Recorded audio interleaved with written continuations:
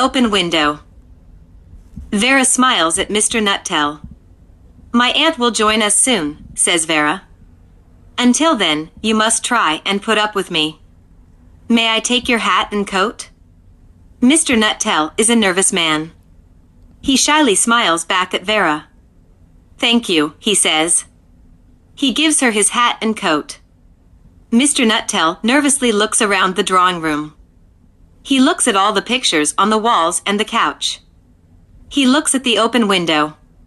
He looks at the green lawn just beyond the open window. Vera closely watches Mr. Nuttel. You just moved to the country, she asks. Yes, says Mr. Nuttel. He fidgets with his hands. His eye twitches. I moved here to benefit from country life. Country life is relaxing and slow. Do you know anyone in the country? Asks Vera. Not a soul, says Mr. Nuttel. Your aunt, Mrs. Sappleton, is my first new friend. Mr. Nuttel takes a deep breath. His body shivers. My sister, Olivia, lived in the country 4 years ago. Olivia met your aunt at that time. Olivia says your aunt is very nice. So you don't know anything about my aunt? Asks Vera. I only know her name and address, says Mr. Nuttel. Is she nice? He asks with a gulp. Oh, yes, very nice indeed, says Vera. She is nice despite the tragedy. Tragedy? What do you mean? Asks Mr. Nuttel. He fidgets with his hands. His eye twitches.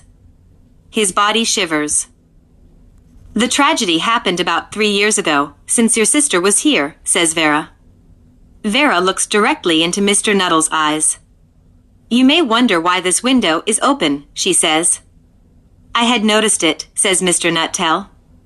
The view is very pretty. Pretty and tragic, says Vera. 3 years ago today, my aunt's husband, 2 brothers, and their favorite dog left through that window on a hunting trip. They never returned. They had gone hunting on the moors.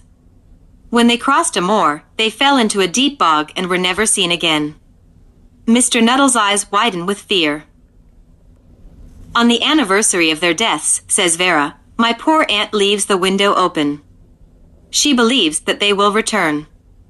And, you know, Mr. Nuttel, on such a lovely day as this, I sometimes think they will.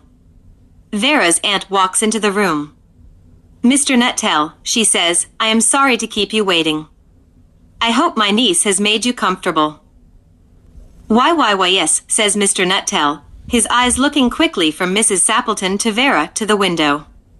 I do hope you don't mind the open window, says Mrs. Sappleton. My husband and brothers are hunting on the moors. They should return soon. They always come back through this door. I do hate how they track mud onto my carpets. Those moors are so muddy, you know. Mr. Nuttel listens with horror. He fidgets with his hands. His eye twitches. His body shivers. Vera watches Mr. Nuttel. I see, says Mr. Nuttel, anxious to change the subject. I am pleased to meet you. I will be in the country for a few months. I moved to the country for the benefit of my nerves. My doctor says I absolutely must relax. Country life is relaxing and slow, don't you think? Mrs. Sappleton turns from the open window. She looks at her guest. Yes, it is, Mr. Nuttel, she answers. And the hunting in the country is very good, too. Mrs. Sappleton turns back to the open window. I wonder how the hunting is today, she asks. The drawing room is silent. Mr. Nuttel nervously tries to fill the silence. My sister, Olivia, met you about 4 years ago, he says. Olivia said the country would be very good for my nerves. Look. Here they are, says Mrs. Sappleton. And they're back just in time for tea. The older woman walks towards the open window. She looks out across the green lawn. Goodness. Look at all that mud. They will surely ruin all of my carpets today. Mr. Nuttel cannot believe his eyes and ears. What a tragic situation. This poor Mrs. Sappleton needs more help than he does. Mr. Nuttel turns to Vera to show his sympathy, but the child is staring out the window. Vera's eyes are wide with horror. Mr. Nuttel fidgets with his hands. His eye twitches. His body shivers. He turns to look out the window. Far across the green lawn, a dog runs toward the drawing room. Following the dog is an older man with a shotgun resting on his shoulder and two young boys carrying sacks. Their boots are covered in mud. Mr. Nuttel screams, "Arrrrgggh." Mr. Nuttel grabs his coat and hat. Without turning back, he runs from the drawing room and out the open window. He runs across the lawn and disappears from sight. In his hasty exit, he almost knocks over the returning Mr. Sappleton. "What got into that young man?" asks Mr. Sappleton. He steps on the clean carpet with his muddy boots. Mrs. Sappleton shakes her head and looks at the mud. "Such an odd, nervous fellow," Mrs. Sappleton tells Mr. Sappleton. He fidgeted with his hands.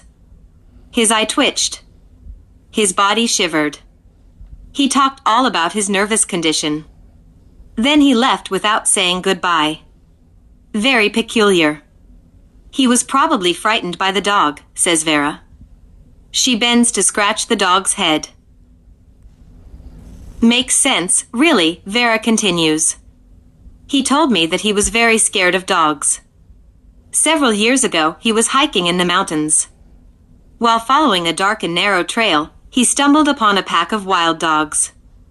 The dogs chased the poor fellow for 3 days. Mr. Nuttel finally climbed up a tree and hid in the branches. Below him, the dogs walked back and forth, snarling and barking, for a whole week." Vera sweetly smiles at her aunt and uncle. Vera likes to tell stories.